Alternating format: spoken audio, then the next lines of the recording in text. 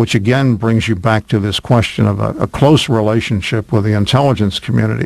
One of Bush's partners at Brown Brothers Harriman, and again we're talking about Prescott Bush, the president's grandfather, one of his partners at Brown Brothers Harriman was Robert A. Lovett, who went on to become Secretary of Defense after World War II and was one of the people who drew up the blueprint for the CIA. So Prescott Bush was extremely close to people in authority in the State Department, the War Department, and the intelligence community. Okay. And from there, his George Bush, how does he tie into all this? I know that he was former head of the CIA. Well, George Bush Sr., obviously coming from the background he did, had family ties to an awful lot of important people.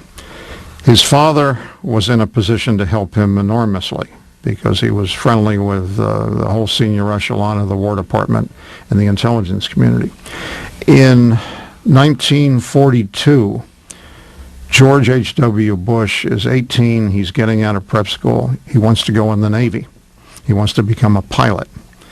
He wasn't old enough. He didn't have the college requisite years for this, so his father had to make an arrangement. We don't know exactly how he did it, but he was a personal friend of the Secretary of War. He was a personal friend of the Assistant Secretary of War for Aviation. He was a personal friend of Assistant Secretary of the Navy for Air, so he could have done it many, many ways. Those were all people he knew. The question is when George H.W. Bush, George Bush Sr., developed his own connections with the CIA, probably well before he became CIA director. Now, several people suggest it was when he was at Yale, because Yale was very close to the CIA. A lot of the people involved in setting it up had Yale connections. Again, I mentioned Lovett, his father's partner, before. Others suggest that it wasn't Yale, that it was when he was in the oil business some years later in a company called Zapata Offshore, drilling for oil off platforms in the Caribbean. And that at this time in the late 1950s and early 1960s, the CIA was very interested in surveillance in the Caribbean because they saw the problems developing with Fidel Castro in Cuba, and then they saw Castro taking over in Cuba, and the U.S. government basically wanted to chase him out of there.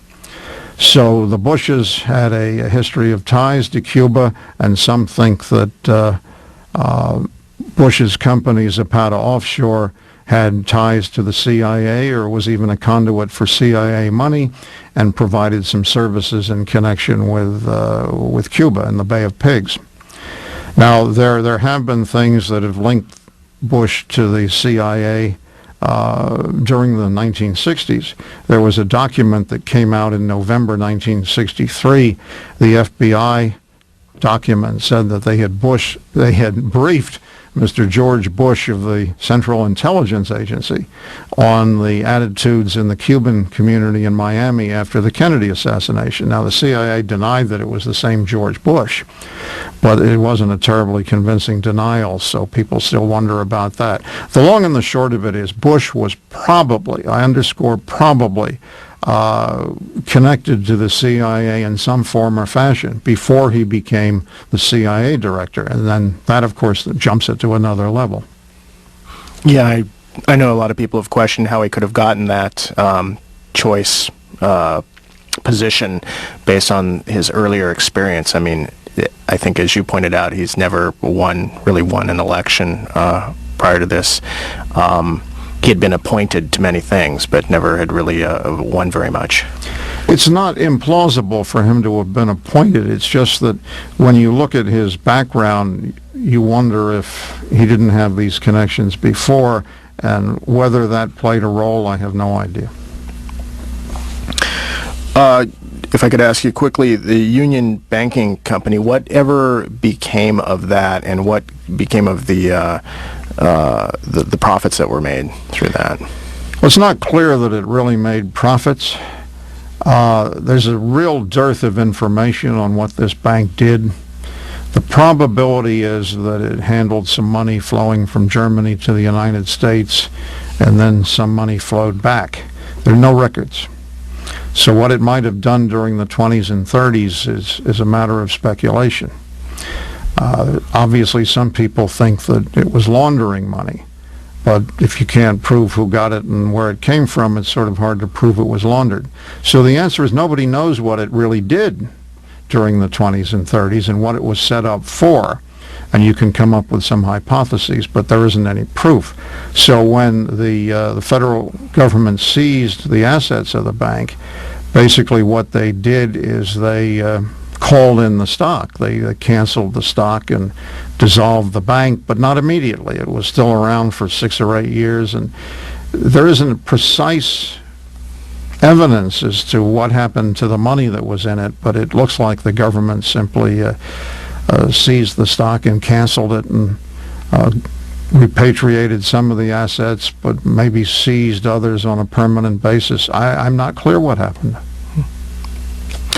Jumping back to George Bush Sr., his presidency obviously set up to a great degree our current president. There seems to be people connected from his presidency to the current, as you previously stated. Talk a bit about the transition there and how we got to our current president. He also had some experience in oil and some similar experience, but none of it very good. Well, his youth was not spent in commercial success, let's put it that way. After his father had been CIA director, George W. set up an oil business in Texas called arbusto, which is Spanish for shrub, which is interesting. The money that was raised for this venture came from some interesting people. One of them was a man named James Bath, who was later thought to be a CIA agent, but he was recognized at the time as the North American representative for the bin Laden family in Saudi Arabia and for the family of Khalid bin Mahfouz, who was one of the leading Saudi Arabian bankers. So Bath, apparently using the money from these people, invested $50,000 in George W.'s arbusto business. Then, about a decade later, when his father was president, George W. had another weak oil company and he needed some help, and he sold out his oil company to something called Harkin Energy.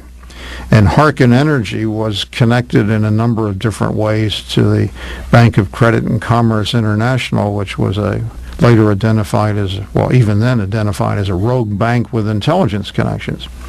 So the way in which George W. received some of this funding has raised questions, let's put it that way, and nobody precisely knows the answers here either. Does it seem odd to you that this wealth of information, which you've compiled into one book, that the different pieces haven't had more examination by the mainstream press? Yes and no. Yes, in the sense that there are a lot of things that are in the public domain. You can get this information. You can get the corporate directorships, for example, out of the New York Directory of Directors. It's not hard to do, going back to the 20s.